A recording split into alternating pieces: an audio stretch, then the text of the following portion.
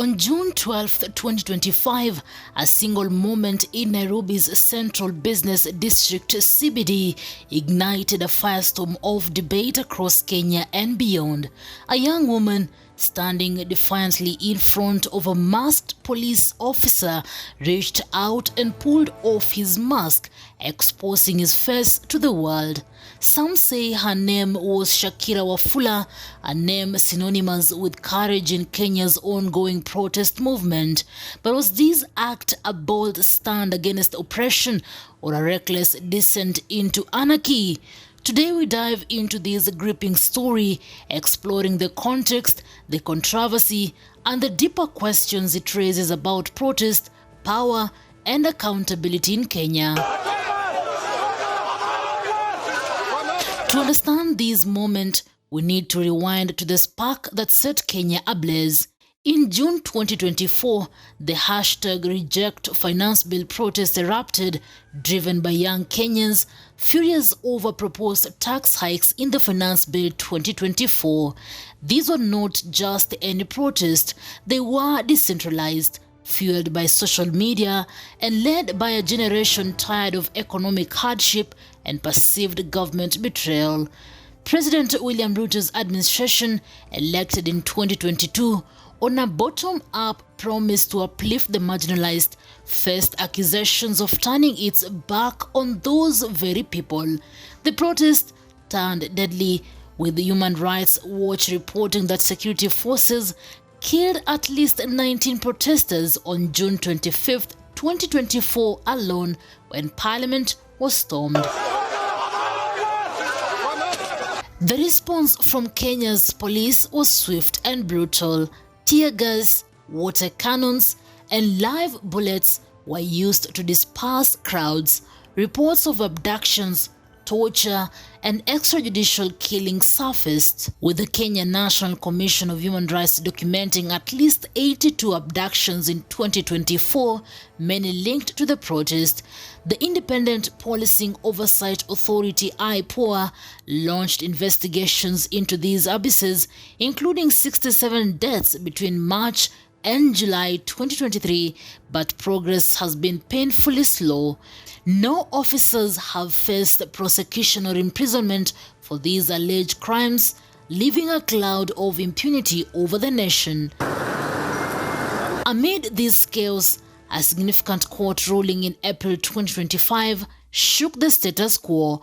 Kenyan courts declared that police officers must not wear masks during protests, a decision aimed at ensuring accountability.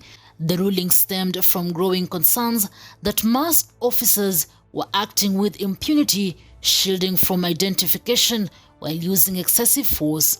But why were police wearing masks in the first place? So we would call on all the agencies within the criminal justice system to learn from what happened last year and make sure that they can preempt the potential for violence. That is the most important thing. And secondly, that they can manage the protests in a way in which it does not criminalize legitimate protest and also leads to loss of life and injury where it could be prevented. Masks, often balaclavas or hoods, are worn by some police during protest for a few reasons. Officially, authorities claim it is for officers' safety, protecting them from retaliation or identification by criminal elements within crowds. But critics argue it is a tactic to evade accountability, allowing officers to engage in violence without fear of being identified or prosecuted. In a country where trust in law enforcement is already fragile, masked officers became a symbol of oppression for many protesters. The court's ruling was clear: transparency is non-negotiable. Officers must show their faces to uphold the law, not hide behind it.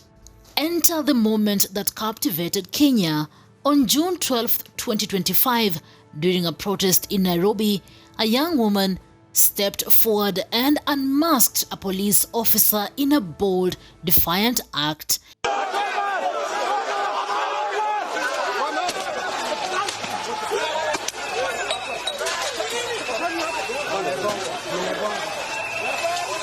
Social media erupted, with posts on X praising her as a hero. Some claimed she was Shakira Wafula, a sports science student who rose to fame during the 2024 Gen Z protest for her fearless confrontations with police. The internet hailed her as a symbol of resistance, with some even suggesting she could run marathons for her speed and courage. But there is a catch. There is no definitive proof that the woman was Shakira Wafula. While her name was attached to the act by many on X, no official confirmation exists. This ambiguity only fueled the debate. Was she a known activist like Shakira, or an ordinary Kenyan pushed to the brink by injustice? Not everyone saw her as a hero. Some on X and beyond condemned the act, calling it reckless and dangerous.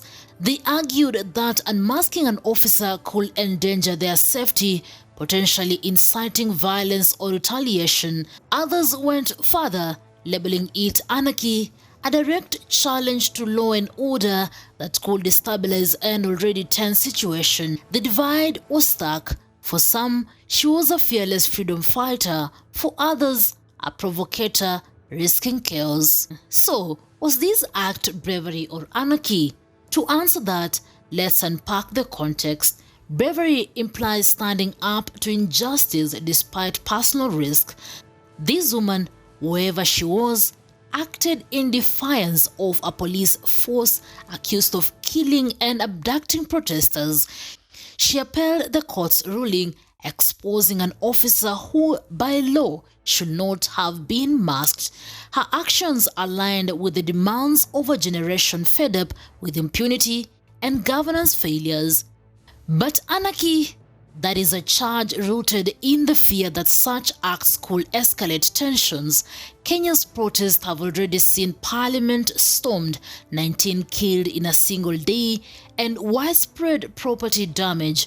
Critics argue that confronting police directly, especially in such a provocative way, risks tipping peaceful protest into chaos. Yet, supporters counter that the real anarchy lies in a system where police act without accountability and citizens are forced to take matters into their own hands. The backdrop to this debate is President Ruto's government, which has faced intense scrutiny. Elected as a champion for the hustler class, Ruto's policies like the 2024 finance bill have been criticized for burdening ordinary Kenyans while protecting corrupt elites. Allegations of police brutality and abductions have only deepened public anger. Hatuogopi mabunduki zenye wanapiganga watu town. No, the revolution is here.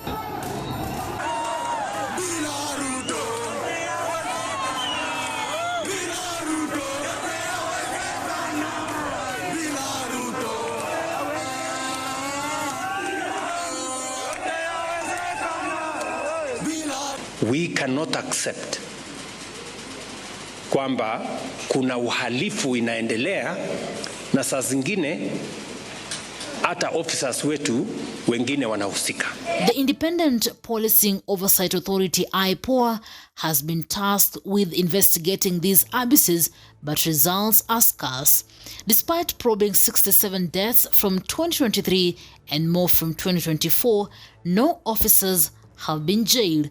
This lack of accountability fuels the cycle of protest and repression, leaving many Kenyans feeling that acts like unmasking a police officer are their only recourse. So was this bravery or anarchy? Perhaps it is both, a desperate act of courage in a system that feels broken. Whether she was Shakira Wafula or an unknown hero, this woman's defiance has become a symbol of Kenya's fight for justice. As the nation grapples with its future, one thing is clear: Kenya is not asleep anymore. The question now is, will the government listen, or will the streets continue to speak? Newsroom, Maisha TV, Reader Kering Chebet.